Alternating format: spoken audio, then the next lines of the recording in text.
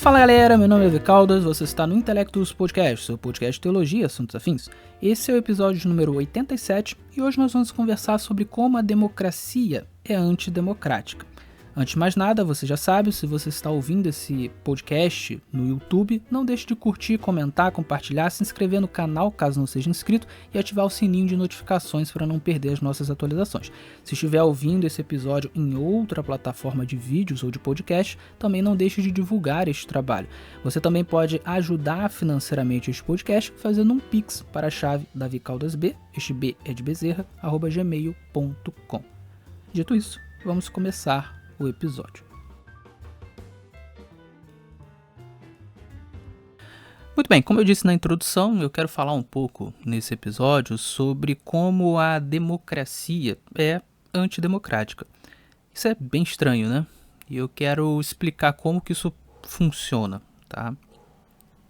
Para eu trabalhar essa questão, eu primeiro preciso delimitar aqui o que eu estou querendo dizer quando eu falo de democracia, né?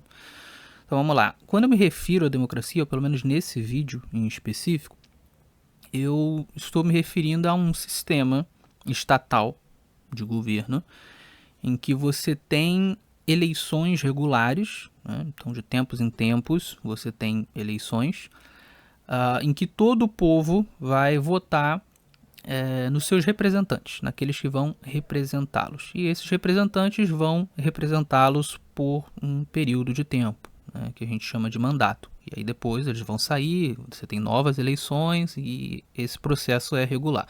Então quando eu estou falando de democracia, eu estou falando disso, né? A palavra democracia significa governo do povo.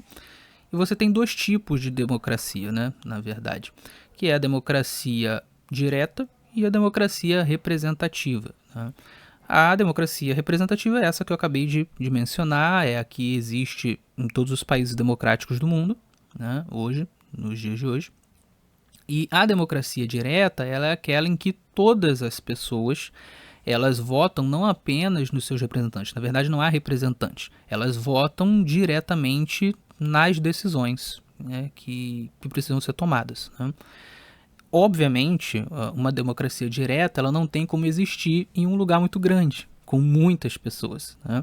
Então, você poderia ter uma democracia direta em uma aldeia com 80 pessoas, com 100 pessoas, talvez com 200 pessoas, quiçá com 1000 pessoas, né? Que vai ser aí, 2 congressos brasileiros, né? Mas você não consegue ter uma democracia direta com 200 milhões de pessoas, como é o caso do Brasil, né? Ou menos que isso, mas enfim, conforme você vai crescendo o território e crescendo o número de pessoas, a multidão, né, fica inviável, porque você tem um número muito grande de decisões a serem tomadas e não dá para você tomar essas decisões por meio do voto direto, né? Imagina se cada decisão que fosse tomada, as 200 milhões de pessoas tivessem que votar, isso seria absolutamente inviável. Então, existe a democracia direta e a representativa. Então, embora existam esses dois tipos de democracia, quando a gente fala de democracia aqui, a gente está falando somente da representativa, porque não há hoje nenhum país que adote a democracia direta, ok? Tendo feito essa delimitação, agora a gente pode pensar em qual é o princípio fundamental, ou o princípio elementar da democracia, pelo menos a democracia dentro do que a gente definiu aqui como democracia. E bom, parece bastante claro que o princípio fundamental, basilar, elementar aqui, é o princípio da maioria. Você tem eleições e todas as pessoas vão votar e vai ganhar os candidatos que receberam mais votos. Então, a maioria ganha, né? Se a maioria votou, vamos pensar em uma eleição presidencial, se a maioria votou no candidato A em vez do candidato B, o candidato A vai ganhar. É importante a gente entender que esse princípio é um princípio racional. Por quê? Vamos lá. Se você tem várias pessoas em um país, todas essas pessoas são moradores desse país e, portanto, de certa forma, são donos desse país, ok? Então, se decisões precisam ser tomadas, todas as pessoas devem decidir, ok? Porque todas elas são donas, todas elas fazem parte do país. Ocorre que quando você tem uma pessoa só que é o dono, né, só essa pessoa decide. Quando você tem mais de um, aí você tem um problema, né, porque todos precisam decidir, mas as pessoas têm opiniões diferentes, né? Então, como é que você faz para resolver isso? Como é que todos decidem e, ao mesmo tempo, você consegue ter uma decisão, visto que você tem opiniões diferentes? Aí você adota o princípio da maioria. A maioria das pessoas ganha, né? A opinião tiver maioria, ganha. É um princípio racional. Dá para resolver de outra forma? Dá. Você pode, por exemplo, resolver por sorteio, né? Vamos sortear e ganha quem tiver mais sorte.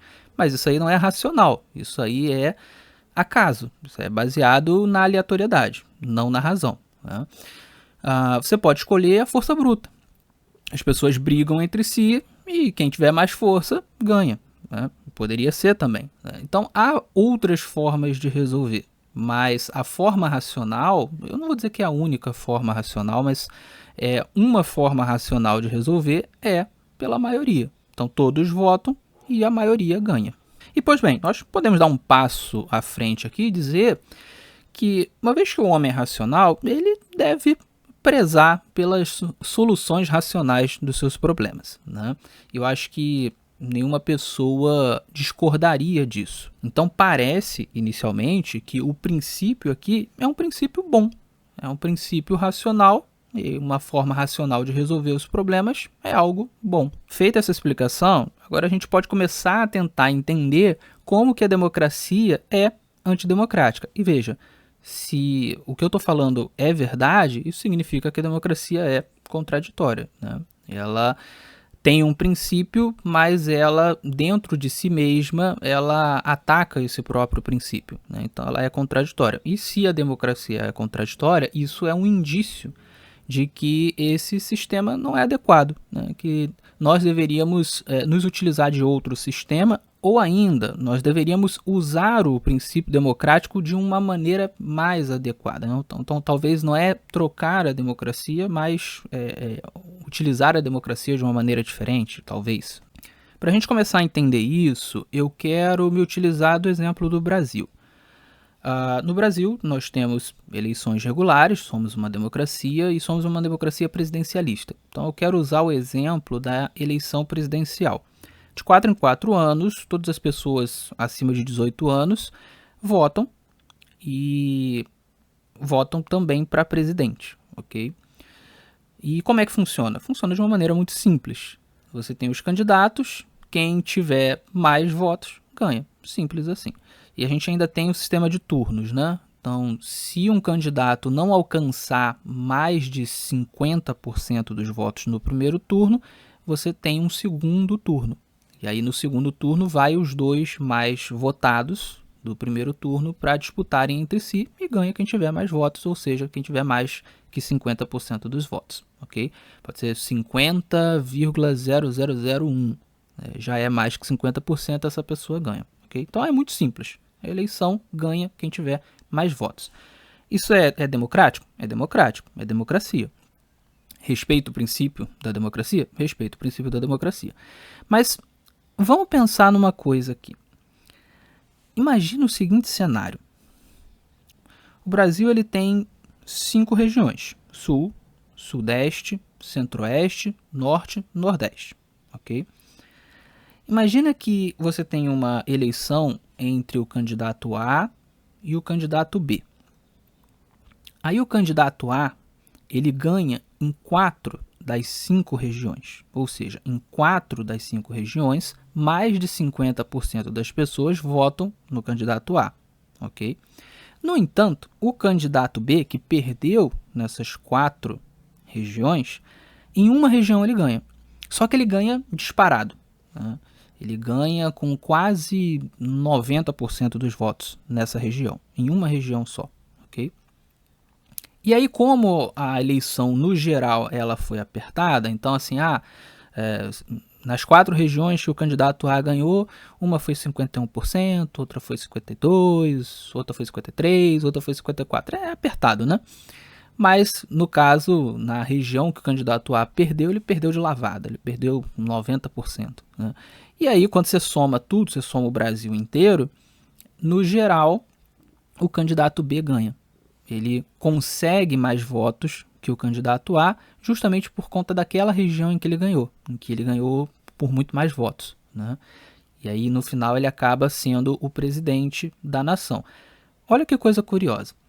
Ele vai ser o presidente de toda a nação, sendo que ele perdeu em 4 regiões. Então, 4 regiões votaram no candidato A, em sua maioria, mas serão governadas pelo candidato B. Em 4 regiões, a minoria votou no candidato B, mas é o candidato B que vai governar, e vai governar, inclusive, sobre a maioria que não votou nele. Percebe? No geral, foi democrático. O candidato B ganhou. No entanto, dentro das regiões, não foi democrático. Dentro das regiões, prevaleceu a antidemocracia, porque a minoria dentro das 4 regiões foi a que ganhou. A minoria votou no candidato B e o candidato B vai governar. Percebe? A maioria votou no candidato A e, no entanto, o candidato A não vai governar. Então, aqui você tem uma democracia onde em 4 regiões não houve democracia. Aí o que é interessante é que esse mesmo problema ele também acontece em níveis inferiores. Então vejamos, a gente está falando aqui de regiões, mas a gente pode descer para o nível dos estados, ok? E é o nível imediatamente inferior às regiões. O Brasil é uma república federativa, então ela é formada por vários estados-membros, vários entes da federação, são no caso 26 estados e mais o Distrito Federal. Então a gente pode colocar como 27 estados, 27 membros da federação. E isso também acontece por estado. Então vamos voltar ao exemplo. Você tem o candidato A e o candidato B. Vamos dizer que o candidato A ele vença na maioria dos estados, ele vence em 14 estados, ok?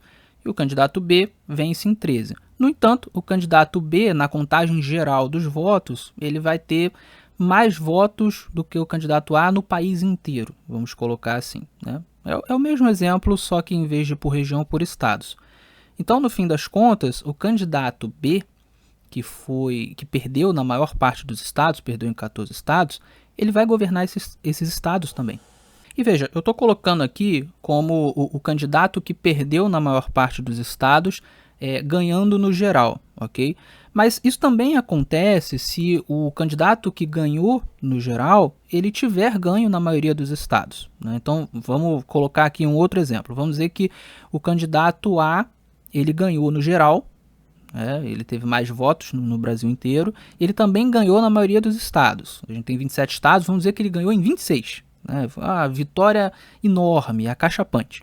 No entanto, ele não ganhou em um estado. Né? E nesse estado, o que acontece? Existe ali uma não democracia. Ou seja, as pessoas daquele estado em específico, elas votaram na maioria no outro candidato, mas serão governadas pelo candidato de quem a minoria votou. Então, naquele estado em específico, a minoria ganha e não a maioria. Então, naquele estado em específico está reinando a antidemocracia, vamos colocar assim. Algo não democrático está acontecendo ali. Isso dentro de uma democracia. Curioso isso, não? E a coisa fica mais interessante porque a gente ainda pode descer mais um nível. A gente começou com o nível das regiões. Aí descemos para o nível dos estados, os entes da federação. A gente agora pode descer para o nível das cidades. Isso também acontece a nível de cidade. Então vamos imaginar um presidente que foi eleito e evidentemente ele foi eleito por um monte de cidades. Um monte de cidade votou mais nele do que no outro candidato. No entanto, você tem também um monte de cidade que votou mais no outro candidato. No fim das contas, essas cidades que votaram mais no outro candidato serão governadas pelo candidato da minoria, o candidato que foi menos votado nessa cidade. Então imagina, eu moro, por exemplo, na cidade de Belo Horizonte. Aí a cidade de Belo Horizonte, em sua maioria, votou no candidato A. E, no entanto, quem ganha a eleição é o candidato B, no país inteiro. O candidato B, ele foi o menos votado nessa cidade, mas é ele que vai governar. Então, a minoria ganhou nessa cidade. É antidemocrático, ok? Mas isso está dentro de uma democracia. E a gente consegue ainda descer do nível da cidade para o nível do bairro também. A gente não pode esquecer que existem muitas cidades no Brasil que elas são muito grandes, tanto em termos de região quanto em termos de população. Então, existem bairros nessas cidades muito grandes que eles são gigantescos. Eles poderiam ser uma cidade à parte. Por exemplo, o bairro de Campo Grande, se eu não me engano, ele é o maior bairro do Brasil. Ele é um bairro da cidade do Rio de Janeiro. Ele tem mais de 100 quilômetros quadrados e mais de 300 mil pessoas morando lá. Ou seja, poderia ser uma cidade. O bairro de Campo Grande, para vocês terem ideia, ele é maior que muitos países. Existem países que não têm esse tamanho todo e essa população toda. Ok? Então veja, a gente pode descer do nível de cidade para o nível de bairro também. Então você vai ter, numa eleição presidencial, bairros que votaram no candidato A, em sua maioria, e, no entanto, como o candidato B foi o que ganhou no país inteiro, o candidato B vai governar também sobre aquele bairro. O que significa que, naquele bairro em específico, a minoria ganhou. Não houve democracia naquele bairro em específico. E aí tem um outro ponto interessante aqui, que é, eu estou dando o exemplo de uma eleição presidencial, mas isso também serve para a eleição para governador do estado e para prefeito da cidade. Então, no caso, o governador do estado, você tem, o estado todo elegeu o candidato A. No entanto, você tem cidades desse estado que a maioria votou no outro candidato, o candidato B. E, no entanto, essas cidades terão que ser governadas por este governador da minoria dentro dessas cidades. E dentro das cidades, no caso a eleição para prefeito, isso vai acontecer no caso dos bairros. Você vai ter bairros que vão ter votado no prefeito que foi eleito. Mas você tem bairros que não votaram no prefeito que foi eleito. E, no entanto, esses bairros serão governados também por este prefeito. Então, note que a democracia a nível nacional, ela existe. Você tem ali as pessoas votando e a maioria ganha. No entanto, dentro da democracia, no nível micro, né, o nível macro é o nível nacional. No nível micro, você desce para a região, desce para estados, desce para cidades, desce para bairros, não existe democracia nessas localidades. Então, a democracia local, ela falha dentro da democracia macro. A democracia micro falha dentro da democracia macro. O que significa que a democracia é, pelo menos nesses moldes, ela é contraditória. Ela é antidemocrática. Ela tem zonas, muitas zonas de não democracia dentro de si mesma. E a gente pode ir além aqui, porque eu estou falando só de poder executivo. Eu falei de presidente, eu falei de governador, eu falei de prefeito. Mas a mesma coisa acontece em relação ao poder legislativo. Vamos pensar, por exemplo, no Senado. Como é que funciona o Senado? O Senado tem 81 senadores. Os senadores eles representam cada estado do Brasil. E no caso, cada estado ele tem 3 representantes, são 3 senadores. Então, 27 estados, 3 vezes 27, 81. Por isso que são 81 senadores. As eleições para o Senado, elas são um pouco diferentes das demais. Por quê? Porque você não renova a casa inteira a cada eleição. A eleição é de 4 em 4 anos, mas você renova em uma eleição 27, ou seja, cada estado vai eleger um senador só. Aí na outra eleição você renova 54. Cada estado vai escolher 2 senadores. Então vamos dizer que a gente está em uma eleição legislativa onde a gente vota em um senador só. Ok? Então, você vai ter ali um conjunto de pessoas disputando o Senado naquele estado e só um vai levar a cadeira. O que acontece? Você vai ter alguém que vai ser mais votado no estado inteiro e vai se tornar o representante, vai se tornar o senador daquele estado. No entanto, você tem mais uma vez aquele problema. Em algumas cidades desse estado, talvez até na maioria das cidades, outro candidato foi mais votado e não aquele que no geral ganhou, ok?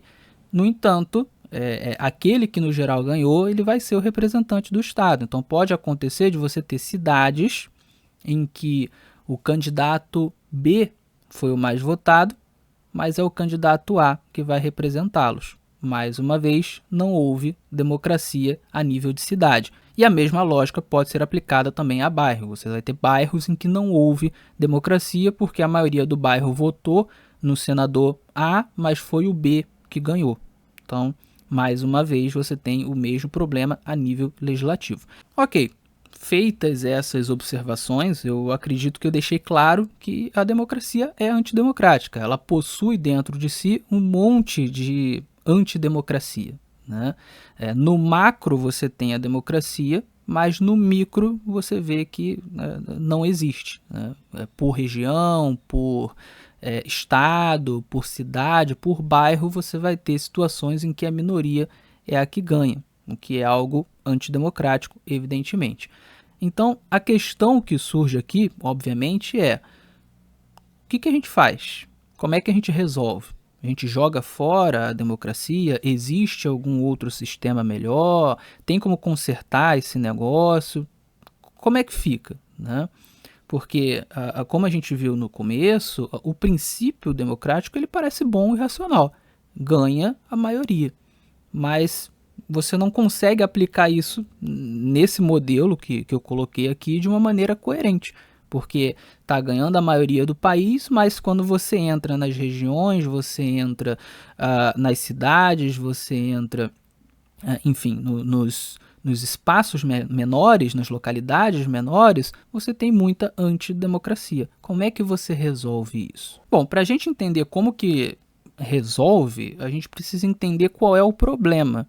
Por que a democracia, pelo menos a democracia que a gente conhece, que tem sido aplicada, ela tem esses problemas internos? A gente precisa entender isso. Qual é o problema? E aí a gente pode chegar perto da solução ou na solução, tá?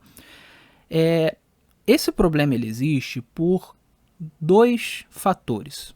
O primeiro fator tem a ver com o tamanho da coisa administrada, o tamanho da área administrada, o tamanho da população administrada.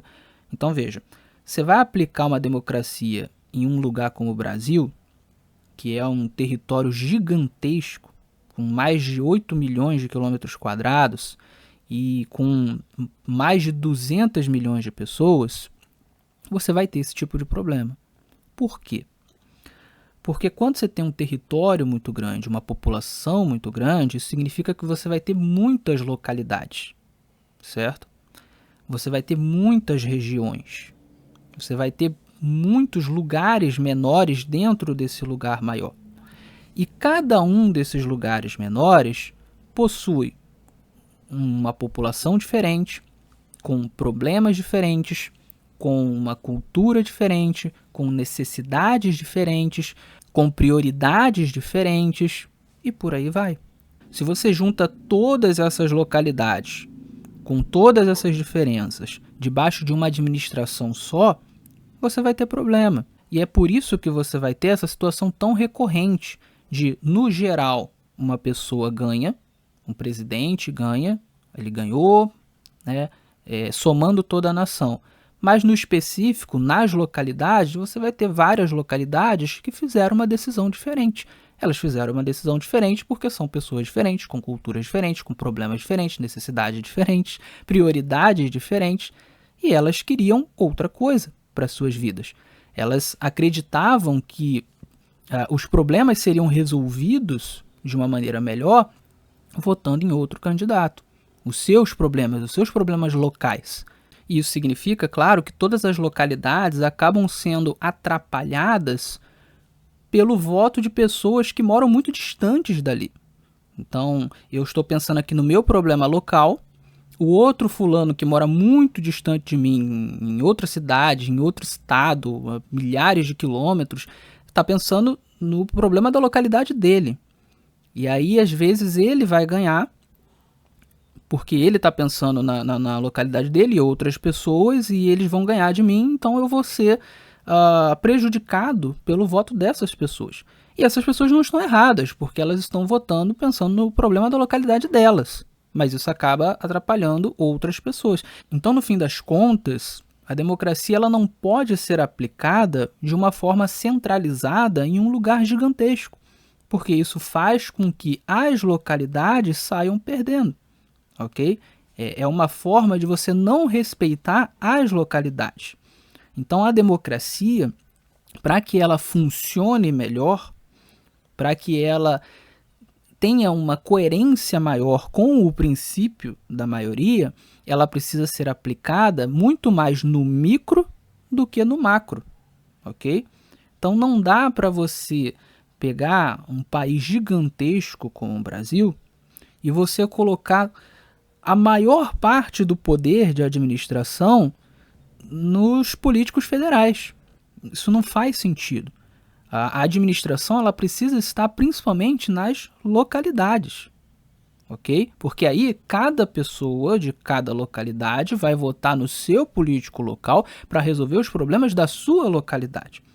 Isso tudo que eu estou falando tem a ver com um princípio chamado princípio da subsidiariedade. O que significa isso? Significa que os problemas locais devem ser resolvidos localmente. E quanto mais local for a solução, melhor. Esse é o princípio da subsidiariedade. E dá para a gente entender isso de uma maneira muito simples. Os problemas da casa de cada um devem ser resolvidos por cada um. Então, eu não vou resolver os problemas da casa do meu vizinho, ou da casa de alguém que mora na outra rua, ou da casa de alguém que mora em outra cidade. Da mesma forma, os problemas da rua de cada um devem ser resolvidos pelas pessoas que moram naquela rua. E não por pessoas que moram em outra rua, em outra cidade, em outro estado. E por aí vai. Então, os problemas locais devem ser resolvidos localmente. As administrações, elas devem ser as mais locais quanto possível.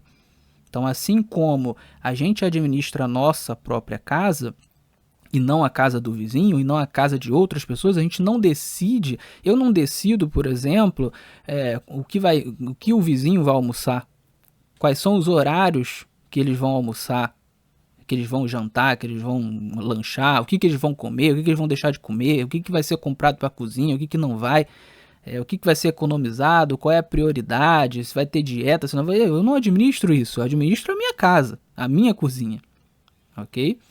Então, assim como a gente administra a nossa casa, as administrações maiores, elas precisam ser as mais locais quanto possível, ok?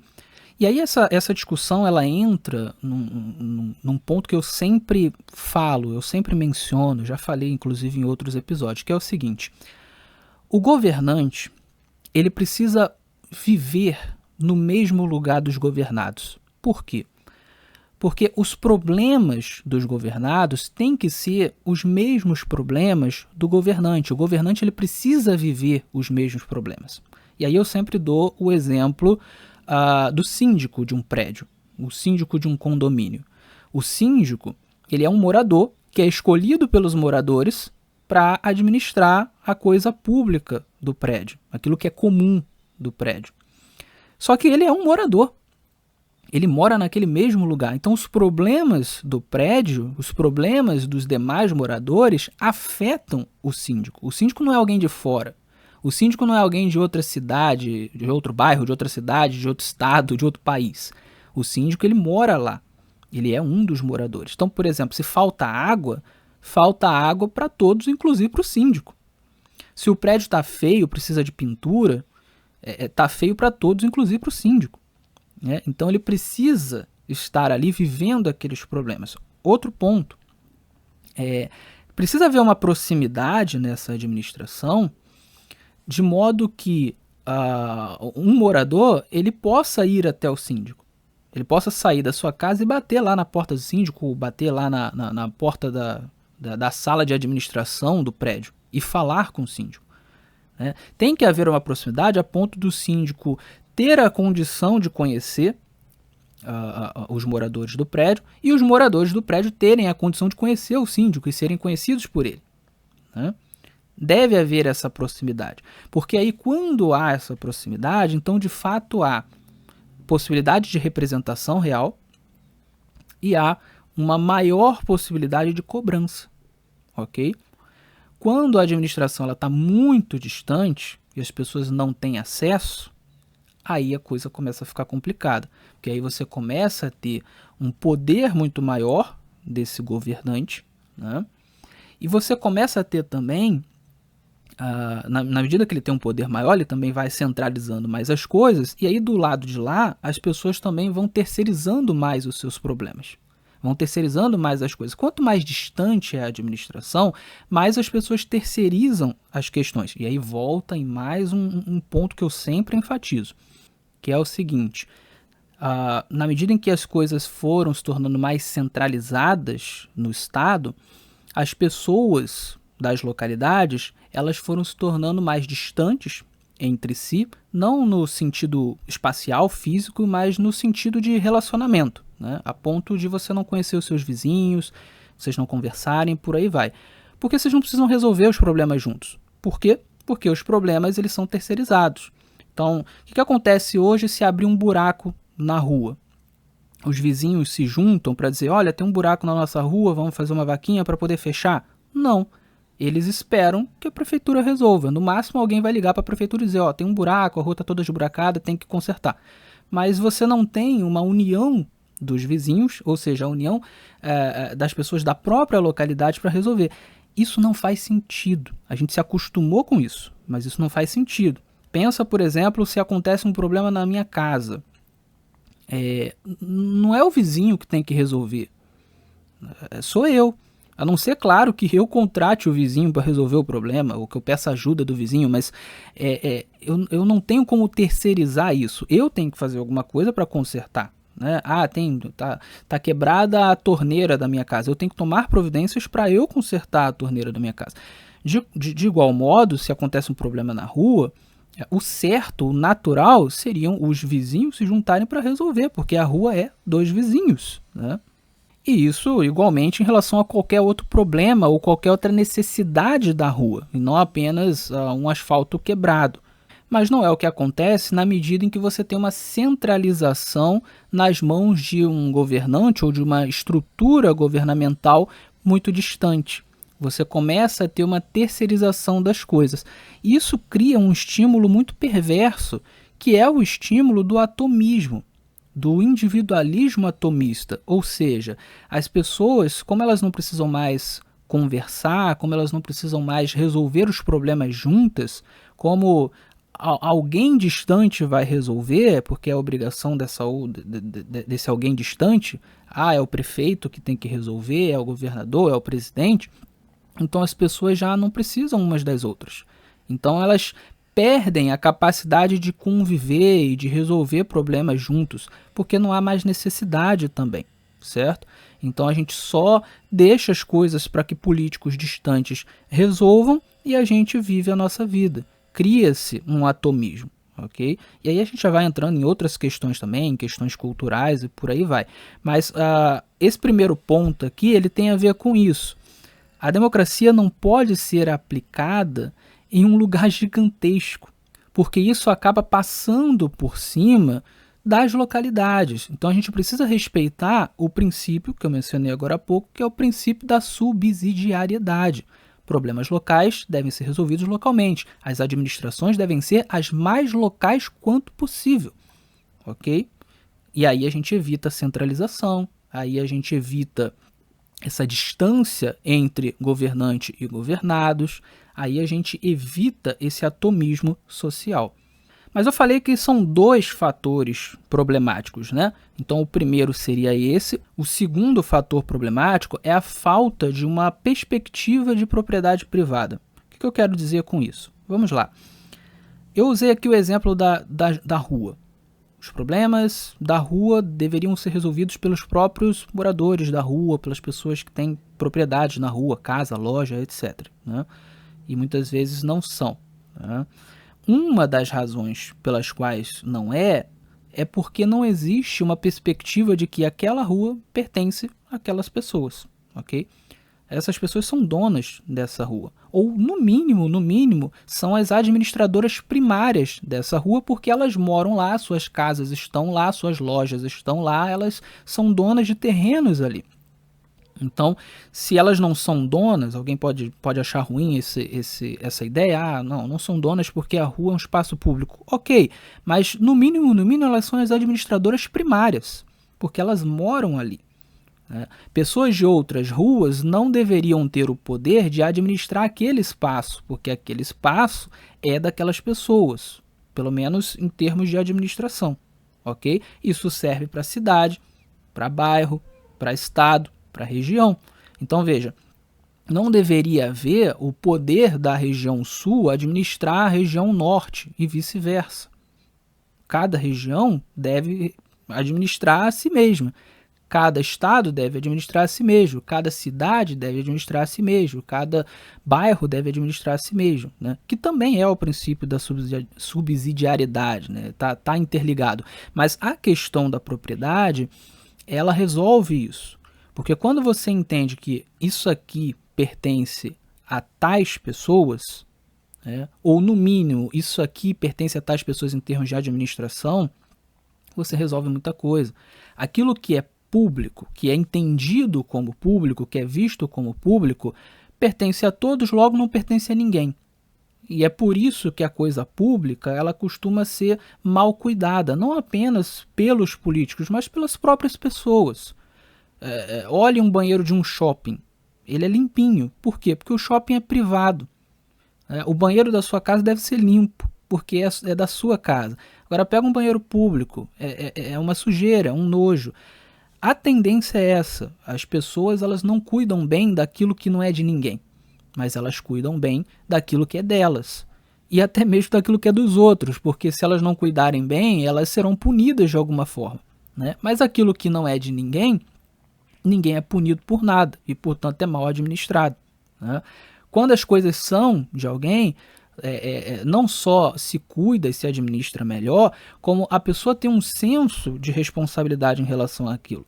E aí entra aquilo que eu falei. Se há um problema, as pessoas daquele lugar vão resolver, porque elas entendem que não, isso aqui é problema nosso, pertence a nós, né? A gente administra e, portanto, a gente tem que resolver. Esses são os dois problemas da democracia, né? Porque dentro da democracia você não tem essa noção, né? De quem é a rua, de quem é a cidade, de quem não se tem essa visão. A cidade do Rio de Janeiro são das pessoas, né, que moram no Rio de Janeiro, portanto não deve ser administrada por outros lugares, deve ser administrada pelas pessoas que moram no Rio de Janeiro. Não existe essa visão na democracia, né? A democracia ela é um negócio super amplo, né? No caso eu estou usando aqui o exemplo do Brasil.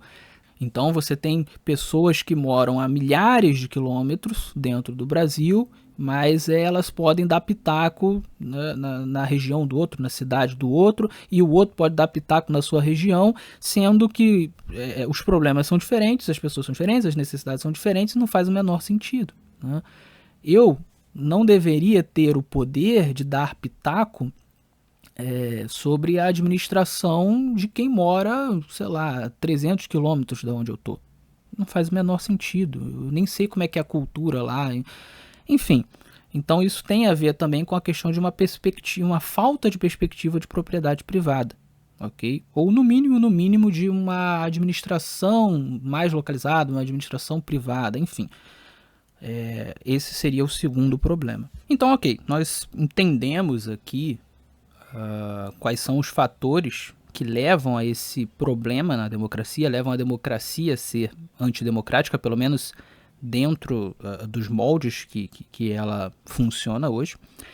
E aí, agora a gente consegue pensar em uma forma de resolver isso. E qual seria a forma? Bom, eu vou colocar aqui níveis de solução, ok?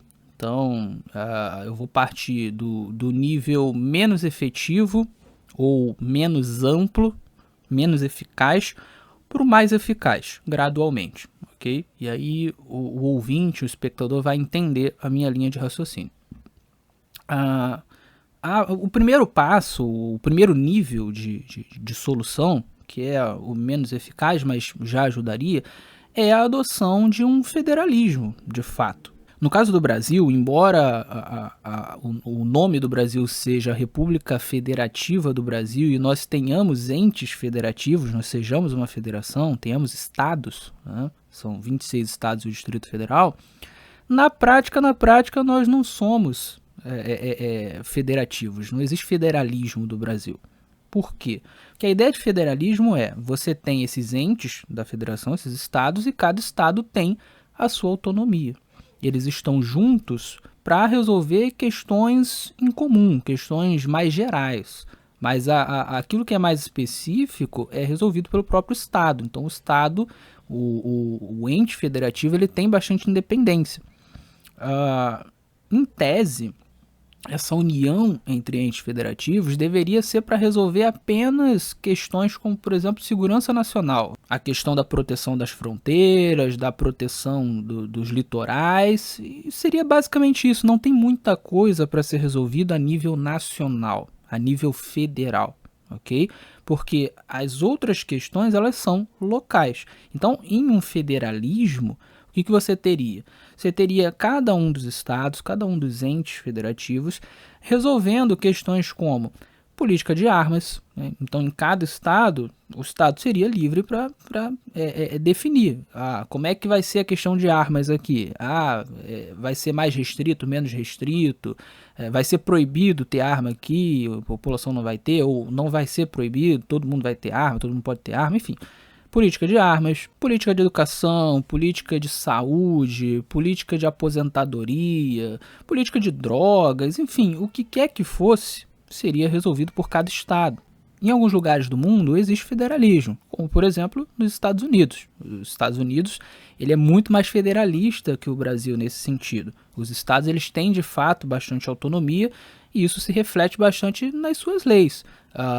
Os impostos são diferentes, as leis penais são diferentes, tudo é muito diferente você indo de um estado para outro, porque os estados têm a sua autonomia. E veja, eu estou colocando os Estados Unidos como exemplo de federalismo, mas ele já mudou muito. Quando os Estados Unidos se tornaram uma nação, foram projetados para ser uma nação, lá em 1789, se eu não me engano, acho que foi a independência, enfim, nesse período, os estados eles eram muito mais independentes e muito mais autônomos do que são hoje. O poder central, o poder federal era muito menor e muito mais limitado. Os Estados Unidos eles foram crescendo o seu poder central, o seu poder federal ao longo do tempo, e isso foi criando vários problemas. O primeiro, claro, é que os estados foram perdendo a sua força, a sua autonomia, né? O poder central foi se tornando muito maior e muito mais opressivo, né? O segundo problema é que com o poder central muito forte, o poder federal muito forte, os Estados Unidos se tornaram uma potência militar que se intromete muito na vida dos outros países, né? Então, muitas guerras, muitos problemas que o exército americano causou são por conta disso, né? Então, qualquer pessoa que seja que tenha críticas em relação à política externa dos Estados Unidos, o modo como os Estados Unidos se mete nos problemas dos outros, enfim, né, uma das razões pelas quais isso aconteceu é por conta dessa perda do federalismo, né? Não vou dizer perda porque eles continuam bastante federalistas, mas esse enfraquecimento do federalismo, de modo que o poder central foi se tornando cada vez mais forte, né? E veja, mesmo no início dos Estados Unidos, né, é bom dizer que você tinha um grupo, você pegar os pais fundadores dos Estados Unidos como nação, você tinha um grupo que era ainda mais radical, que queria um governo central ainda menor e os estados ainda mais autônomos, ok? A ponto de você ter alguns desses pais fundadores que defendiam que os Estados Unidos não deveria ter nenhum exército permanente. O exército deveria ser composto de uma maneira provisória pela própria população, por milícias temporárias e por aí vai, né? Acabou que essa ala não venceu, né? Venceu a ala que defendia um poder central um pouco mais forte e esse poder foi se tornando cada vez maior ao longo do tempo, né?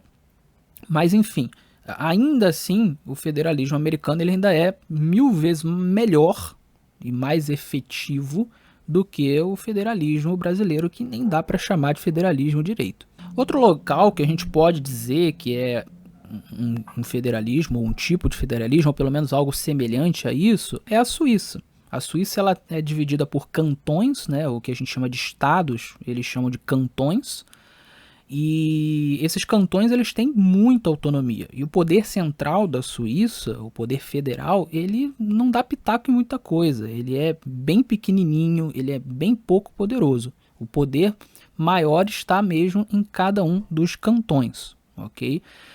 Não conheço tanto da administração suíça, mas eu sei que a Suíça ela tem esse alto grau de autonomia e de liberdade nos cantões, e não só nos cantões, mas nas cidades dentro dos cantões. Então, um primeiro nível de resolução, que não seria um nível total, mas enfim, já ajudaria bastante, é a adoção do federalismo.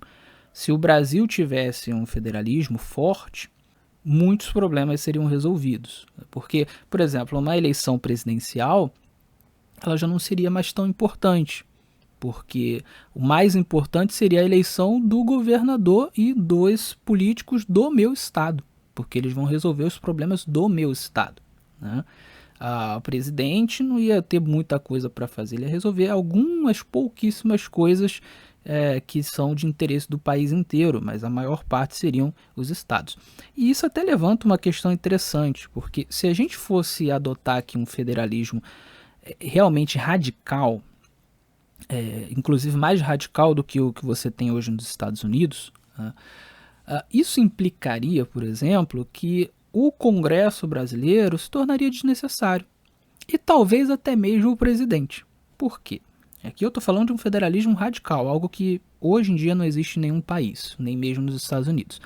Mas por quê? Porque veja, se num federalismo radical que você vai resolver basicamente proteção de fronteira litoral, talvez uma ou outra coisinha a mais, que eu nem estou conseguindo pensar agora, você não tem a necessidade de um Congresso fazendo leis nacionais. As leis serão feitas pelos estados. É mais local, ok? Então não tem necessidade disso, né?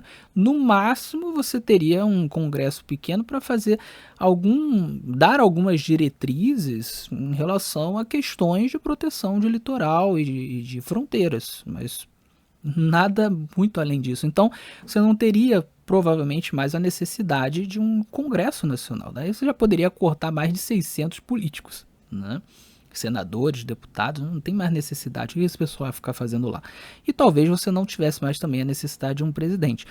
Uma possibilidade seria o quê? Já que os estados eles estão unidos entre si apenas para se proteger em termos de fronteira, litoral, etc., mas cada um tem a sua política local, os próprios políticos de cada estado poderiam, em assembleia, resolver quaisquer questões pequenas que existissem em termos nacionais, ou seja, em termos de proteção de fronteira, etc., né? Então, em vez de você ter um congresso específico para isso, um congresso nacional, os próprios políticos de cada estado poderiam se juntar para resolver isso. Havendo talvez a necessidade de você ter uma presidência, né, para resolver algumas coisas pontuais, ela poderia ser, por exemplo, a escolha, né, de alguém para esse cargo dentre os próprios governadores. Então, o governador de cada estado, eles sentam, a gente tem 27 governadores, eles sentariam e votariam um dentre eles para ser, durante, sei lá, 2 anos talvez, ou 1 ano, o presidente da nação, que iria resolver pouquíssimas coisas, né? Coisas muito pontuais, referentes a litoral, essas coisas assim, ok? Então, seria uma possibilidade. Davi, mas aí o povo não iria escolher o presidente? Mas veja, o presidente ele não ia ter poder para praticamente nada, né? O povo iria escolher o governador realmente teria poder, ele teria poder no seu estado, né? E aí você diminui bastante a coisa, inclusive, né? Então essa é uma possibilidade, ok? E a mesma coisa a questão dos políticos, você tem os deputados estaduais, né?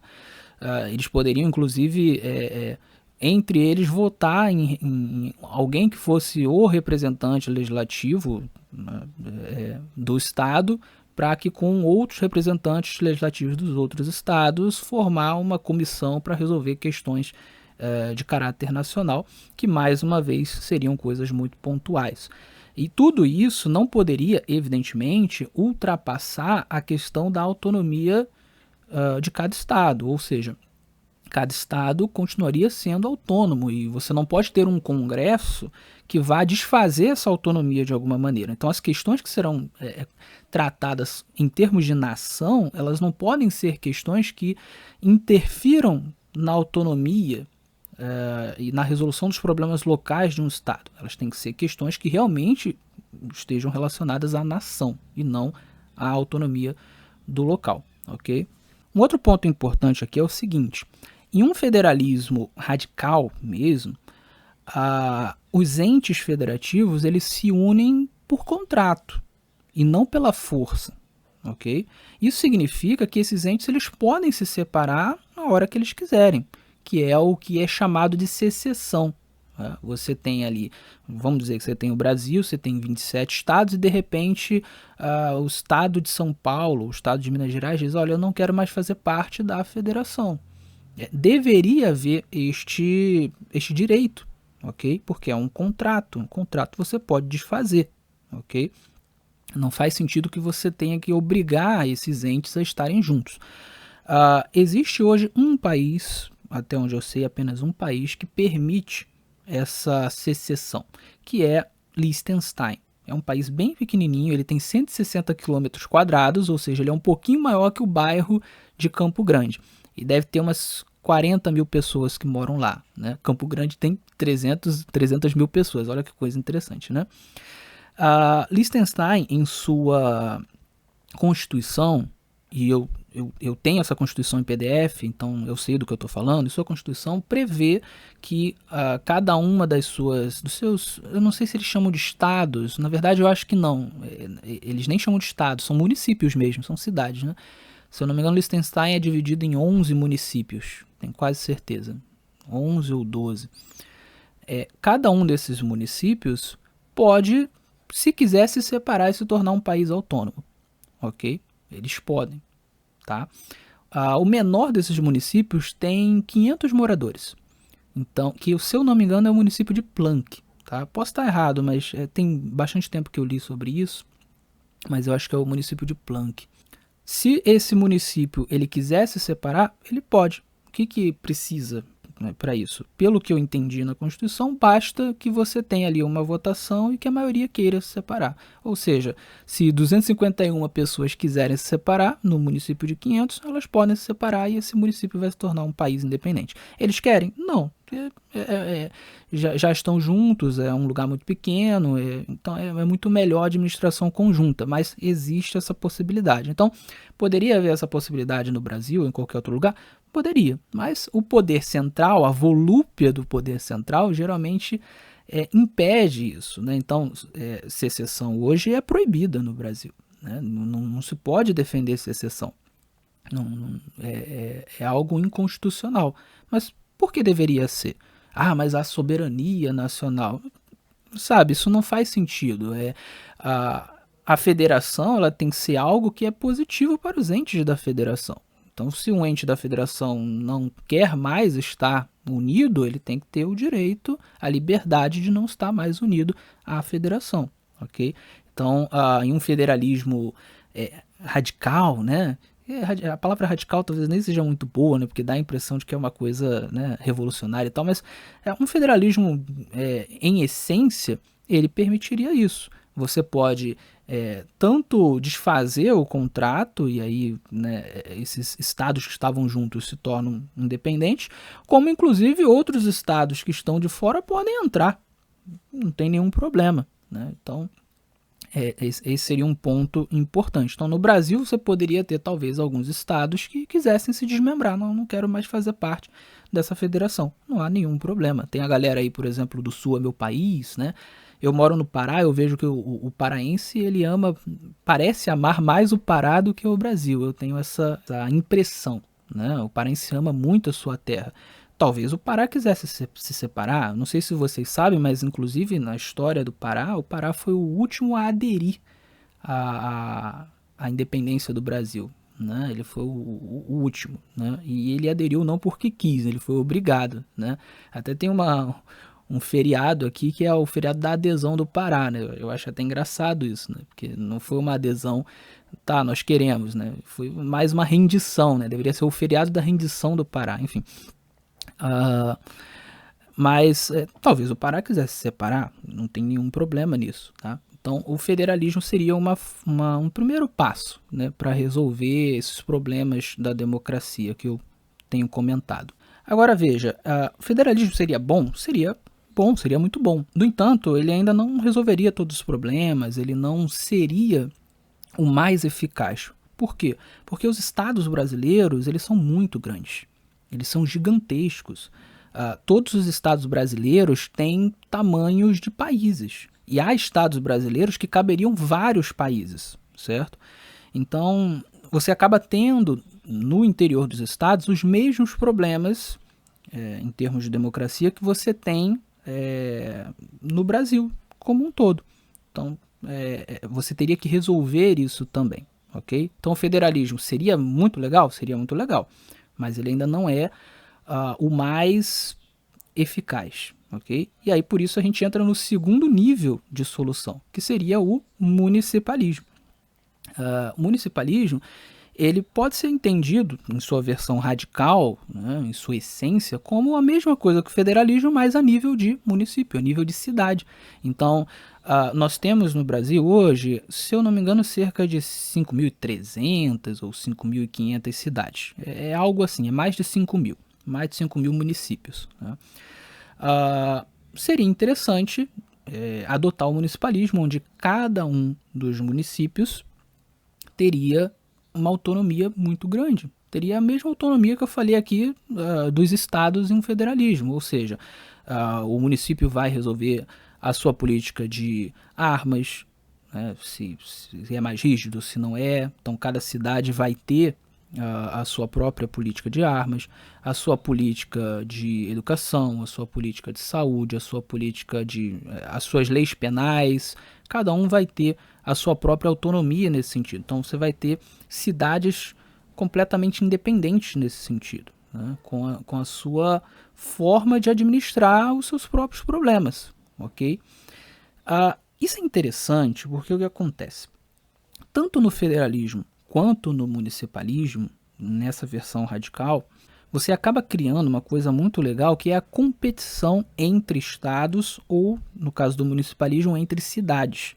Porque como cada estado, ou no caso do municipalismo, cada cidade vai ter uma autonomia muito grande, as administrações, as políticas serão muito diferentes, o que vai gerar uma cidade muito diferente em relação às outras. Né? Cada cidade vai ser muito diferente em relação às outras. No caso do Brasil, você tem mais de 5.000 cidades, então você teria 5.000 políticas diferentes de educação, de saúde, de segurança e por aí vai. Cada uma de armas, cada uma iria escolher. E aí, como o espaço é menor, isso significa que a pessoa que mora em cada uma dessas cidades, ela tem uma possibilidade muito maior de, não gostando da política dessa cidade, se mudar dessa cidade para outra. É muito mais difícil você fazer isso em termos de país. Né? Então, o Brasil está muito ruim. Eu quero me mudar do país. É muito difícil de você se mudar. Né? Você vai para uma cultura totalmente diferente, é grana, né? É dinheiro, é difícil você fazer uma mudança dessa. Né? Tanto que muita gente quer e não faz e não consegue. Se você vai se mudar de estado, também é difícil. É muito mais fácil que se mudar de país. Eu me mudei de estado, eu morava no Rio e passei a morar no Pará. Mas é difícil, né? Também é complicado. Também você larga uma vida, você larga os parentes. Eu tenho que estar fazendo viagem para visitar meus parentes, porque eu estou muito distante. Enfim, então você também tem uma problemática nesse sentido, é mais difícil. Agora, se mudar de cidade para cidade é muito mais fácil, né? Eu, na minha vida, já me mudei de cidade para cidade, né? Mais de 2 vezes, 3 ou 4 vezes, talvez. Né? Ou seja, você começa a criar uma competição maior entre as cidades e uma liberdade maior das pessoas de irem de uma cidade para outra. Essas duas coisas andam juntas. Por que eu digo uma competição entre cidades? Porque, veja, se uma cidade ela começa a ter uma administração muito ruim, ela vai perder gente. E as pessoas que moram e trabalham na cidade são as pessoas que trazem dinheiro para a administração da cidade. Então, se essas pessoas saem de lá, a cidade perde. Ela perde dinheiro, certo? Ou seja, quanto mais competição você tem entre as cidades, mais isso força a administração da cidade a ser melhor, para que ela não perca pessoas para outras cidades e para que ela ganhe pessoas das outras cidades. né? Para que empresários construam lá e para que pessoas abram comércios lá e para que outras pessoas vão morar lá e o dinheiro comece a ficar lá, ok? Por causa, né, você tem os impostos, então essa cidade ela vai ganhar mais se houver mais pessoas lá trabalhando e morando e por aí vai, ok? Ou seja, se você adota o federalismo ou o municipalismo, que seria um segundo nível, que é um nível até mais interessante, você vai aumentando essa competição e você vai aumentando a liberdade, que é o famoso votar com os pés. Se eu não gostei da administração de uma cidade, não estou gostando, não estou conseguindo resolver, eu posso me mudar dessa cidade para uma cidade vizinha, muito mais próxima. Então isso traria um dinamismo muito maior. E aqui, mais uma vez, né, eu falei sobre como que se você tivesse um federalismo muito forte, né, talvez você nem precisasse de um Congresso Nacional e você poderia resolver as questões de uma outra maneira, né, usando os políticos de cada estado, eles poderiam fazer uma assembleia periódica, por exemplo, para resolver problemas nacionais, enfim. Se você parte para o segundo nível, que é o municipalismo, a mesma coisa se aplica. Talvez você não precisasse mais de políticos estaduais, né? Talvez agora, com a questão das cidades tendo autonomia, a coisa passasse para os políticos municipais, ou seja, o político municipal vai ser o mais importante. Tão importante que talvez não precise de político estadual. Né? Porque o que vai importar para cada um, né, é o que? É o prefeito da minha cidade, são os vereadores da minha cidade, porque são eles que decidem os rumos da cidade, eles que resolvem os problemas locais. Né? E aí o que tiver que resolver para além disso, você poderia ter algum tipo de comissão formada pelas próprias cidades, entre as cidades, para que se resolvesse algo maior em termos de Estado, em termos de nação. Então, mais uma vez, você poderia enxugar aí mais um monte de assembleia, um monte de político que não se tornaria importante porque você está aproximando a resolução dos problemas para o nível local. E aqui talvez seja importante deixar claro o seguinte: aproximar do nível local não significa que as localidades não terão relações com as outras localidades. Eu sei que existem coisas que precisam ser resolvidas em associação. Então, uma cidade, ela não vive sozinha, ela precisa fazer comércio com outras cidades, ela precisa do auxílio de outras cidades em outras questões. Você tem questões relacionadas à infraestrutura, pontes que passam de uma cidade para outra, linha férrea que passa por várias cidades. Então, as cidades elas não podem viver isoladas, elas precisam de um relacionamento entre as outras cidades, assim como a nível estadual, os estados precisam de um relacionamento entre si. Então, não estou dizendo aqui que o federalismo e o municipalismo é o Estado ficar absolutamente atomizado, né? Sem relação com nenhum outro Estado ou nenhuma outra cidade. Não estou defendendo isso. Eu estou dizendo que você passa a ter uma autonomia, uma independência, só que agora, né, essas relações entre cidades, entre estados, elas se tornam um pouco diferentes, porque elas passam a ser muito mais em termos de contrato, em termos de sentar para negociar. Né? Então não é mais aquela coisa de você unir as cidades e os estados de uma maneira arbitrária, né? Por obrigação. Agora você tem esses estados e essas cidades sentando para conversar, o que parece muito mais democrático, né? Então é isso que eu estou defendendo. Então nada impede, né, em um municipalismo, que as cidades elas façam acordos entre si, elas criem conjuntos de cidades que podem ser chamadas de estados, inclusive, onde você vai ter algumas regras em comum, algumas leis em comum, algumas coisas em comum que essas cidades acharam por bem que seria interessante ter em comum, que a administração fica melhor, fica mais interessante, você vai ter uma cooperação, uma colaboração entre as cidades, talvez a nível de segurança ou a nível de qualquer outra coisa, né, de infraestrutura. A gente vai fazer alguns acordos aqui entre essas 5, 6, 7, 8, 10, 15 cidades, para que você tenha uma linha férrea que passe entre elas, enfim, não sei, mas é possível você ter esse tipo de acordo, de relação, não tem nenhum problema nisso. É como se fossem empresas. Empresas podem negociar juntas, entrar em acordos, criar grupos, tudo na base do contrato, ninguém é obrigado a nada, contratos podem ser desfeitos também, claro, você vai ter, né, nos contratos as cláusulas de como que o contrato pode ser rescindido e por aí vai, né? Mas aí você torna essa questão da administração, inclusive, muito mais contratual e muito mais profissional, inclusive, né? Tudo que hoje não existe, né? Muito bem, eu falei do segundo nível, municipalismo, e só para mencionar mais uma vez, né, a Suíça ela tem um nível de municipalismo bem forte, né?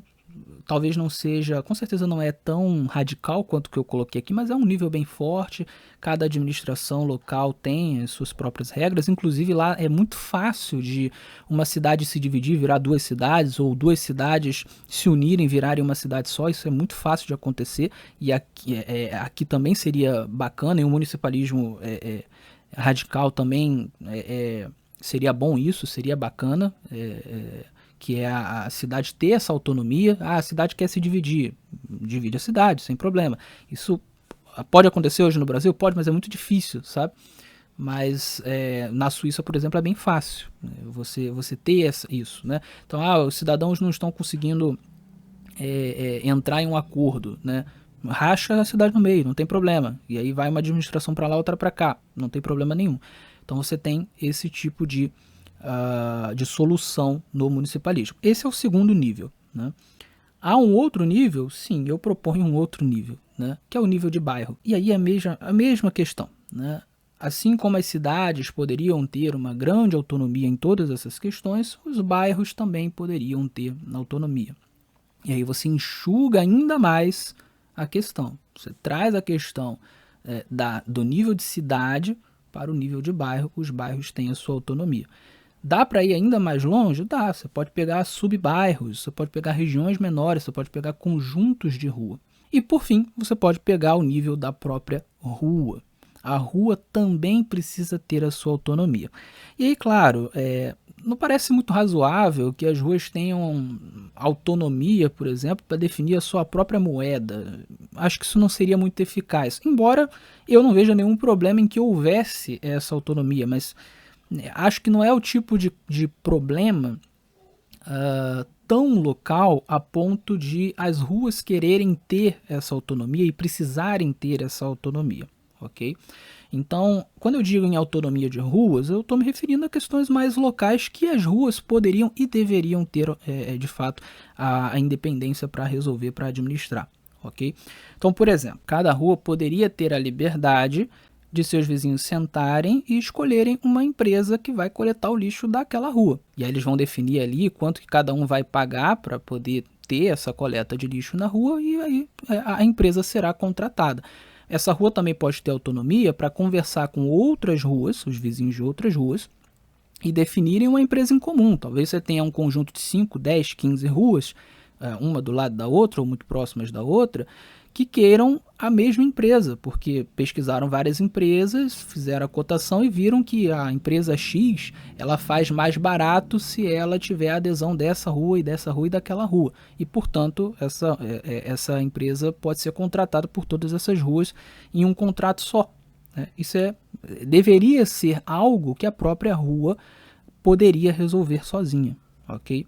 Você não precisa de uma prefeitura para isso. As ruas podem resolver este problema. A questão de pintura de rua, que hoje em dia, de certa forma, é meio que livre, mas enfim, pintura, jardinagem, são problemas da própria rua. Asfalto é um problema da própria rua. E aqui talvez você possa dizer assim, poxa, Davi, mas aí asfalto é um negócio caro, né? Como é que você vai resolver? Como é que as pessoas de uma rua vão resolver? Mas isso já acontece. Eu já falei em outros episódios, e já trouxe em outros episódios, várias e várias notícias que você encontra, se você jogar na internet, de ruas que estavam esburacadas, que não eram asfaltadas. Os vizinhos pediam há anos, né, em alguns casos há 30 anos, a prefeitura para que a rua fosse asfaltada ou para que o buraco fosse resolvido, e a prefeitura não resolvia. E aí, em algum momento, os vizinhos resolveram, vamos fazer uma vaquinha, contratar uma empresa para botar o asfalto aqui e a gente coloca, a gente resolve por nós mesmos.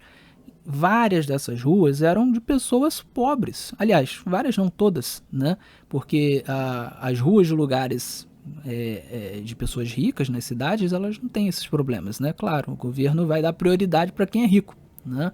Então essas pessoas pobres fizeram uma vaquinha e resolveram o problema, né?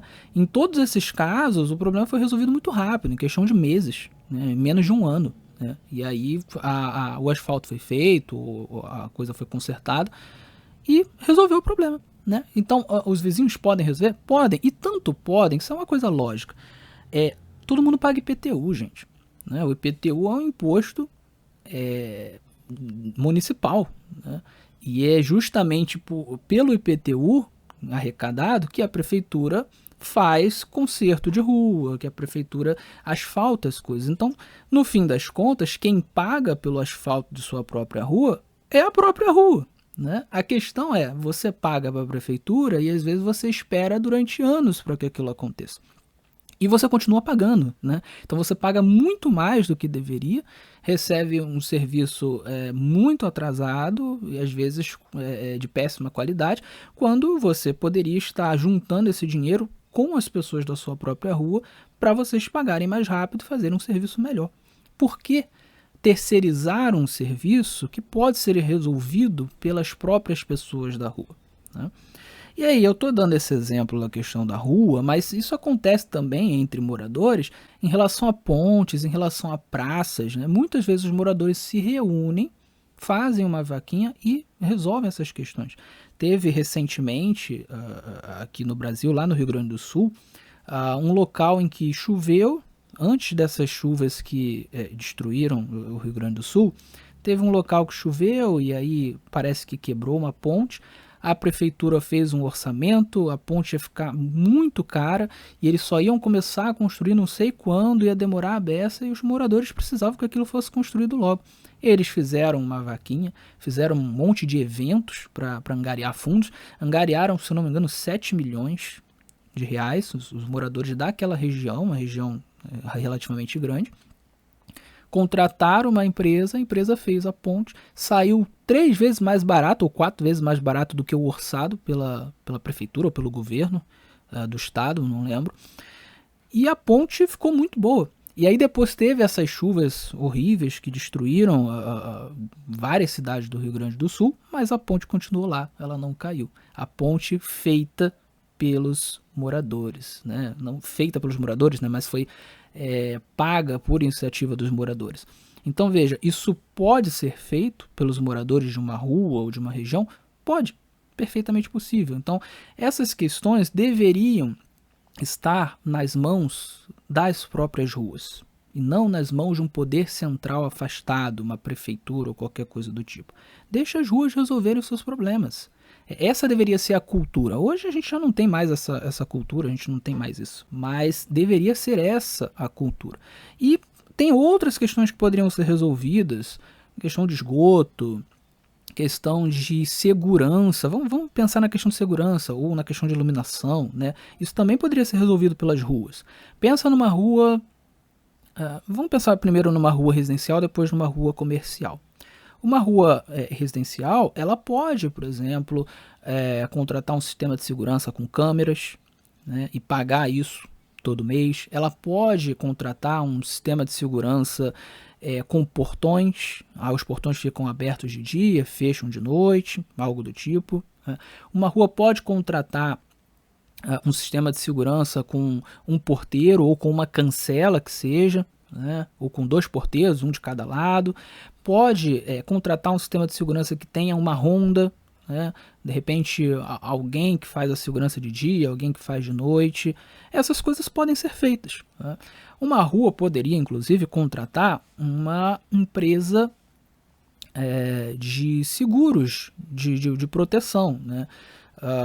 esse tipo de empresa poderia existir, inclusive, ou seja, a proteção territorial. Então a empresa ela faz a proteção de determinadas ruas. E aí, dentro do contrato, né, você vai ter lá o que a empresa tem que fazer, você vai ter o pacote que foi contratado. Então, de repente, a empresa diz, a gente vai impedir que tenha assaltos, que tenham furtos, roubos, assassinatos, etc.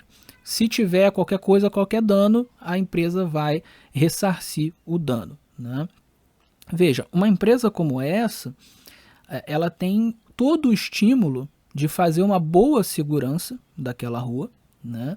E das regiões ao redor, para que não haja nenhum problema naquela rua, para que ninguém seja roubado, ninguém seja furtado, ninguém seja assaltado, etc.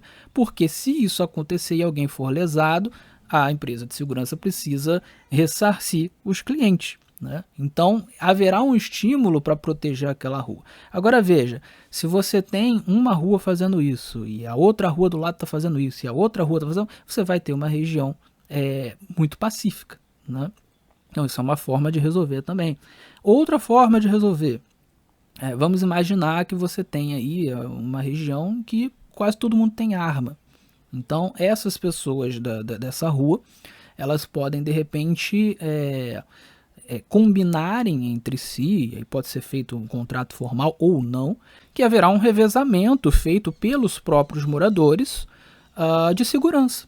Então, a gente tem uma escala aqui, a gente tem, sei lá, 50 pessoas morando nessa rua, e aí cada dia uma pessoa faz um plantão à noite, né? Seria uma possibilidade, ou um plantão de dia, né? E a gente paga essa pessoa por esse dia, e aí isso aí fica rodando, são 50 casas, se tiver 50 pessoas, né, fazendo essa ronda, então a ronda de cada pessoa será a cada 50 dias, né, o que é bastante longo, né, bastante distante uma coisa da outra. Então se poderia resolver dessa maneira, essa pessoa faz a ronda, ou duas pessoas fazem a ronda, né? E aí se alguma coisa acontecer, de repente essa pessoa tem um radinho, ela vai avisar os outros, ela vai mandar mensagem para os outros, aí todo mundo tem arma, ou quase todo mundo tem arma, então essas pessoas podem sair das suas casas já armadas, então você poderia ter a proteção feita pela própria rua. O que eu estou querendo dizer aqui essas questões poderiam ser resolvidas pelas próprias ruas, né? Há possibilidade de você resolver isso. Dá para você administrar, para você organizar essas coisas. E faz sentido, são as pessoas que estão mais próximas, né? São as pessoas que se conhecem, né? Pelo menos esse é o natural, né? E quando você não tem um Estado centralizador, as pessoas de fato, naturalmente, vão se conhecer mais, e vão, né, andar mais juntas e por aí vai. E elas vão conseguir ter esse grau de organização. É problema local sendo resolvido localmente. E aí olha que coisa interessante. Quando você tem esse nível de organização local, isso é muito mais eficaz para você resolver as coisas em nível macro do que você tentar resolver por meio de um poder central. Se você pegar os governantes centrais do estado do Pará para tentarem resolver problemas de segurança nas ruas, eles vão ter muita dificuldade de fazer isso, mesmo que eles queiram. Eles vão ter muita dificuldade de fazer isso. Agora, se cada uma das ruas puder tomar decisões para resolver os problemas da sua rua em específico, é muito mais fácil que o problema macro seja resolvido, porque cada uma resolve o seu. Então, essa é a questão. Só que para isso você precisa dar essa autonomia, precisa haver uma cultura nesse sentido, né? E você precisa também, claro, criar uma estrutura econômica, né, de liberdade econômica que permita que as pessoas tenham grana para fazer isso, né? Muitas das coisas que eu falei aqui você não precisa de tanto dinheiro para resolver, tá? Mas ainda assim você precisa de algum dinheiro, né? E para isso é bom que haja uma liberdade econômica que te permita isso. Quando você tem um Estado que está te sugando, te cobrando um monte de imposto, né, e criando um monte de dificuldades para as pessoas trabalharem, para as pessoas empreenderem, para as pessoas gerarem emprego, terem empresas, enfim, criarem inovações, fica muito difícil de sobrar dinheiro, ou de sobrar, enfim, haver recursos para que as pessoas possam resolver os seus próprios problemas. Okay? Então, além de você criar uma cultura de terceirização, de acomodação nas pessoas, você também cria um entrave, as pessoas não conseguem resolver. Fora que muitas coisas são proibidas. Né? Muitas coisas as pessoas não podem fazer porque o Estado arroga para si, de fato, e aí as pessoas não conseguem ter liberdade para resolver. Então, a autonomia das ruas também seria algo muito importante. E aí, claro, né, se você tem uma autonomia muito grande das ruas, em algum momento isso também reduz o poder dos outros níveis de governança, do nível do subbairro, do nível do bairro, do nível da cidade, e por aí vai. E você vai enxugando a coisa. E mais uma vez, o que eu estou propondo aqui não é, por exemplo, que as ruas elas estejam isoladas entre si. Não, elas podem e devem entrar em contratos entre si. Por exemplo, assim, como eu penso a coisa? Cada rua poderia ter um síndico, por exemplo. Né? Então as pessoas elas escolhem o síndico, né? E esse síndico ele conversa com os síndicos de outras ruas. E aí eles podem entrar em acordo entre si. Ok? Essa é uma possibilidade. E outra coisa, aí depende de cada rua, mas as ruas poderiam, por exemplo, colocar o síndico como sendo um mero representante, um mero mensageiro, ou seja, ele não vai tomar as suas próprias decisões, inclusive em não conformidade com as pessoas da rua. Não, ele vai presidir uma votação na rua sobre determinada decisão, a maioria da rua votou em tal coisa. Ele vai simplesmente levar essa decisão da rua para as outras ruas. Né? Então, se os outros síndicos têm que conversar para resolver algo entre si, então esse síndico vai lá levar e dizer, a minha rua ela pensa desta maneira. Aí o outro, a minha pensa desta maneira. Então, veja, não é o síndico que determina nesse modelo, né? São as próprias ruas. Essa é uma possibilidade. Ou não, uma rua poderia dizer assim, não, a gente escolhe o síndico toma a decisão que ele quiser porque a gente não quer ter trabalho. Né? Cada rua poderia decidir, contanto que houvesse um contrato, que o contrato fosse seguido, né? E que, obviamente, as pessoas tivessem o poder de tirar a pessoa a hora que quisesse, ou enfim, quando ela não cumprisse o contrato e por aí vai. Então esse é um ponto, né? Eu dei aqui o exemplo de uma rua residencial. A gente pode pensar também em uma rua comercial. E aí é a mesma coisa, você tem os lojistas. Eles podem se reunir entre si para decidir questões relacionadas à segurança, à iluminação da rua, à pintura e jardinagem, por aí vai. O que é interessante, porque em ruas comerciais, os comércios, evidentemente, eles têm mais dinheiro do que as pessoas físicas, né? Então eles podem investir mais na rua e eles têm todo o estímulo para contratar os melhores serviços possíveis em todas essas áreas, jardinagem, isso tudo, para deixar a rua o melhor possível, mais segura, mais iluminada, mais bonita, mais limpa, para que então as pessoas gostem de andar naquela rua, de estar naquela rua, se sintam bem ali, se sintam seguras ali e, portanto, estejam comprando naqueles comércios. Né? Então existe um estímulo muito grande para que isso aconteça, ou seja, deixa as ruas comerciais terem a sua autonomia e você vai ter algo muito mais interessante ali. Né?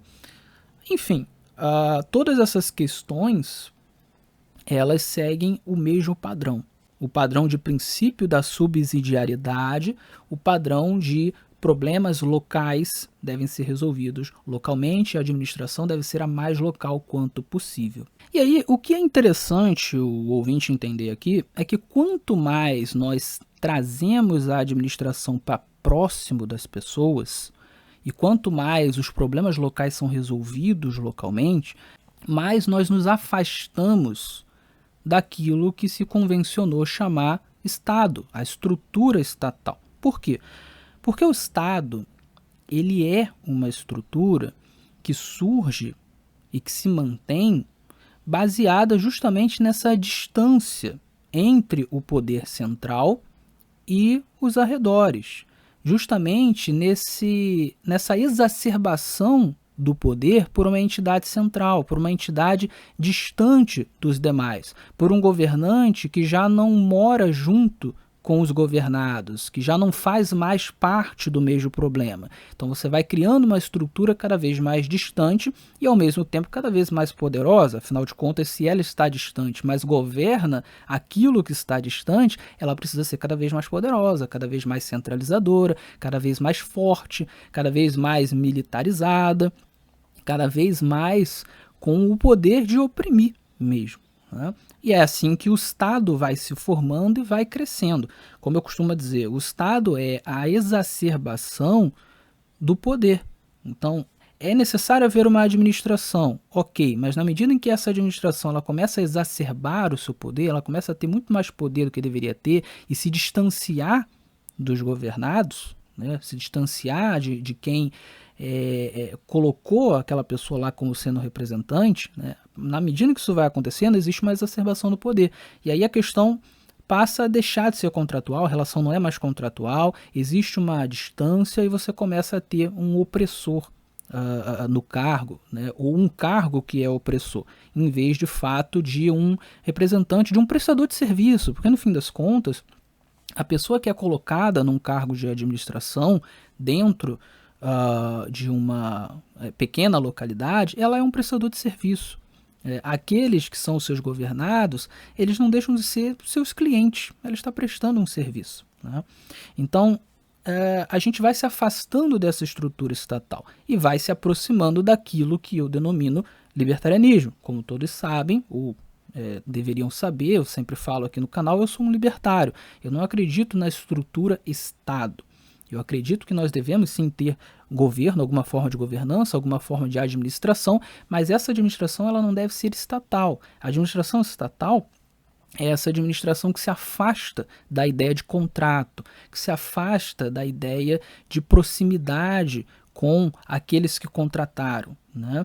Enquanto que um governo contratual é um governo que ele está muito mais próximo da ideia de um contrato. Ele funciona por meio de um contrato, ele funciona por meio da proximidade do cliente com o prestador de serviço, né? O governante é o prestador de serviço. E aí, só para entrar nessa questão do libertarianismo, o que eu narrei aqui, no fim das contas, é um dos modelos de sociedade libertária, ok? Mas eu fui colocando de uma maneira gradual.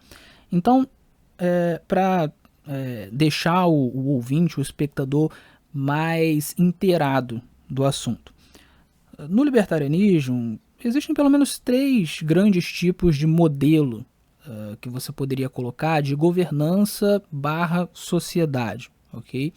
O modelo que eu narrei aqui é o modelo de composição, ok? Eu chamo muitas vezes de cidades compostas, ou seja, você pega várias pequenas regiões, né, subbairros, bairros ou até mesmo ruas ou conjuntos de ruas, né?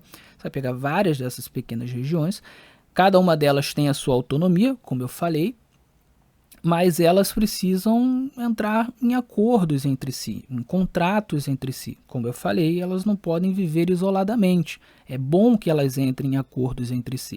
Então elas vão entrar e elas vão fazer uma composição, elas vão compor uma cidade, ou talvez algo menor, né? Um bairro, né? Um subbairro, enfim. Então, através desses acordos, através desses contratos, elas compõem uma região, compõem uma cidade. Então se torna uma cidade composta. Esse é um modelo possível, tá? Onde você tem a autonomia de todas essas entidades. Esse é um modelo possível. Um outro modelo possível é o modelo de cidades privadas, que inclusive existe hoje em dia, né? Não é exatamente uma cidade privada hoje em dia, mas está muito próximo disso. Que é o quê? Você tem um grande terreno que ninguém está usando, enfim, um terreno baldio, qualquer coisa do tipo, um grande terreno, um grande fazendão, vamos imaginar isso, um grande fazendão, né? E uma empresa, ou um empresário, uma pessoa, ou um grupo de pessoas, né, um conjunto de pessoas, compra aquele terreno e ergue ali uma cidade. E a partir do momento em que eles erguem uma cidade, eles criam um contrato base para quem quer morar ou trabalhar naquela cidade, né? Então, quem quiser trabalhar ou morar, ou as duas coisas naquela cidade, vai ter que assinar esse contrato base, né? Ninguém é obrigado, a pessoa não precisa ir para lá, mas se ela quiser, né, ela vai ver, ó, o contrato tem isso, tem tais regras, tem que fazer isso, tem que fazer aquilo, a taxa tal, tudo. A pessoa concordou com o contrato, assinou, ela pode trabalhar ou morar naquela cidade.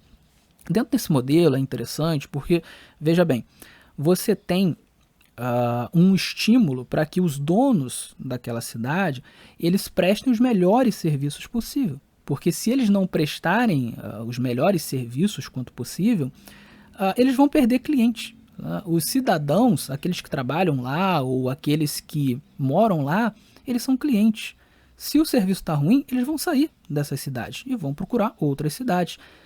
Outro ponto, né? Essas cidades vão disputar entre si, vão competir entre si. Então elas vão tentar sempre prestar o melhor serviço. E aí quais serviços elas prestam? Aí depende da cidade, mas serviços de cidade, né? Serviço de segurança, serviço de infraestrutura, serviço de energia, de água encanada, de esgoto, de coleta de lixo e por aí vai, né? Fora a própria legislação da cidade em relação a como construir um comércio, né? Como abrir uma loja e por aí vai. Então, tudo isso vai estar no contrato e se os serviços não forem bons e o contrato não for bom, os clientes vão embora. E eles indo embora, rescindindo o contrato, a cidade ela não tem lucro, né? O lucro da cidade está justamente nos clientes estarem na cidade, trabalhando e morando e, claro, pagando as taxas, né? Então, existe um estímulo nesse sentido, que é interessante. Um outro ponto interessante nessa questão das cidades privadas é que grupos de pessoas podem formar cidades com o seu próprio perfil. Vamos supor que um grupo de cristãos quer formar uma cidade cristã, né, com alguns princípios cristãos. Eles podem? Podem. Eles vão comprar um terreno que não tem ninguém, um fazendão, vão construir a cidade ali e no contrato vai ter, olha, para você entrar nessa cidade, trabalhar ou morar, você tem que seguir esses princípios aqui. Quem não quiser, ou quem não for cristão, não vai entrar na cidade, não vai assinar o contrato. Mas quem quiser, pode fazer. E aí você passa a ter ali uma cidade com princípios cristãos. E aí a administração da cidade, uma vez que ela é dona da cidade, ela tem todo o estímulo, né, para fazer com que a coisa funcione, né? Mais uma vez, é aquela questão que eu coloquei da propriedade privada. Se a cidade pertence a alguém, esse alguém vai cuidar bem dessa cidade, né? Seja porque é um negócio, seja porque essas pessoas moram lá. Né? Imagine, um conjunto de 1.000 pessoas fez uma pequena cidadezinha de 2 km². Essas pessoas moram lá, elas querem que aquele lugar seja bom, que tenham boas pessoas, então elas vão cuidar daquele lugar. E, inclusive vão ter legislações regras que fazem com que o lugar seja bom. Em uma cidade cristã você não vai ter, por exemplo, a liberação do uso de drogas, né? E vai morar ali quem concorda com isso. Quem não concorda não vai. E se fizer alguma coisa vai ser expulso da cidade. Enfim, então essa é uma outra maneira. E veja, esses modelos eles não são conflitantes entre si. Você pode ter uma cidade com uma cidade composta e do lado uma cidade privada. Não tem nenhum problema. Como eu falei, existem hoje já cidades privadas. Elas não são absolutamente privadas, porque elas estão debaixo de um Estado, mas elas funcionam assim. É uma empresa que gera a cidade, então ela gera a maior parte, quase todos os serviços da cidade, né? Esgoto, limpeza, enfim, quase tudo é da cidade. Alguma coisinha será gerida pelo país da qual aquela cidade faz parte, né? Mas muito pouca coisa, né? Por exemplo, as leis penais são do próprio país. Então, se alguém matar uma pessoa lá dentro, né, ela terá que ser julgada num tribunal do próprio país, que é um tribunal estatal. Mas, fora essas coisas, tudo é gerido pela administração da cidade, que é uma administração privada. E para você entrar naquela cidade ou trabalhar, você tem que assinar um contrato. Ou seja, é uma empresa, né? Existe um serviço que está sendo prestado ali. Então, esse tipo de cidade já existe hoje? Já existe. Geralmente são chamadas de zonas de desenvolvimento ou zonas especiais de desenvolvimento, por aí vai. Uma dessas cidades está em Honduras, que é um país da América Central, se chama Próspera. E é uma cidade que tem dado muito certo, né, muito bonita, tem uma ótima administração, muitas pessoas já estão morando lá já há algum tempo, né? Então essa é uma possibilidade também, um modelo. E ele foge a essa questão dos problemas democráticos que eu estou mencionando, que eu estou trabalhando nesse episódio, né? Porque aqui você tem uma propriedade privada, né? Assina quem quer, entra quem não quer, tudo bem. É um governo contratual, não é um governo estatal, certo? E por fim, você tem um terceiro modelo, que é um modelo de governos não territoriais, ok? Como é que funciona isso? Seria a ideia de que cada pessoa seria livre para contratar o governo que ela acha melhor. E esse governo, ele não seria territorial, ele seria um governo que cada pessoa contrata. Então, meu vizinho pode ter contratado um governo A, eu contratei o governo B, né? Tá tudo certo. Cada um pagará ao seu governo, né? E receberá serviços do seu governo. E aí, cada governo poderia prestar um pacote, um conjunto de pacotes. Você escolhe o pacote que você quer. Eu quero um pacote de governo que tem educação, saúde e mais, sei lá, tribunal e por aí vai. O outro vai escolher um pacote um pouco menor. Enfim, cada um poderia escolher um pacote, vai pagar uma taxa. Se não se agradar do serviço, né, tem lá a rescisão, né, conforme o contrato, vai rescindir, vai procurar outro governo, né? Então você teria isso. Obviamente, seria de interesse desses governos que iriam competir entre si, né? Seria interesse desses governos prestar um bom serviço para angariar mais clientes e, inclusive, tentar, eles não são territoriais, mas tentar um acordo com pessoas de um território específico. Então vamos supor que nós temos aí um conjunto de 10 ruas e esse conjunto de 10 ruas quer ter um governo específico administrando aquele lugar, né? Então eles contratam um governo, eles fazem a cotação, contratam um governo. Então olha, esse governo aqui, essa empresa, né, presta esses serviços aqui, ela vai ser o governo dessa região de 10 ruas, né? Então eles vão cuidar da coleta de lixo, eles vão cuidar do não sei o que lá, tal, e a gente vai pagar tal taxa. E aí aquele governo passa a governar aquele lugar. Mais uma vez, nós estamos falando de governos contratuais, certo? Essa é uma outra forma de pensar, né? Um outro modelo libertário de sociedade e de governo. Tudo isso mostra que você consegue fugir a esta democracia, ou este tipo de democracia que nós temos vivido hoje. Existem modelos que são melhores, que são mais eficazes, que são superiores a esse tipo de modelo que hoje a gente tem, que é esse modelo democrático estatal representativo, que inclusive é um modelo que é aplicado em países gigantescos, o que obviamente não dá certo. Muito bem, eu acredito que eu consegui mostrar como que a democracia, ou pelo menos a democracia que tem sido aplicada no Brasil e em muitos outros lugares, talvez em todos, ela é antidemocrática, portanto é um sistema incoerente, né, e pouco eficaz naquilo que se propõe. Existem alternativas, é possível você ir mitigando esses problemas e até mesmo acabar com esses problemas, mas aí a gente esbarra naquela questão. Os políticos são os que tomam as decisões e é interesse dos políticos que esses problemas sejam mitigados e até resolvidos? Eu acredito que não. Então, na prática, tudo que eu falei aqui dificilmente será colocado em pauta e sairá do papel e será aplicado em algum lugar do mundo. No máximo, você tem algumas aproximações e a gente, né, luta por essas aproximações aí na medida do possível. Eu acho que é isso. Muito bem, eu vou ficando por aqui. Espero que o ouvinte tenha apreciado esse episódio. Fique com Deus e até o nosso próximo encontro.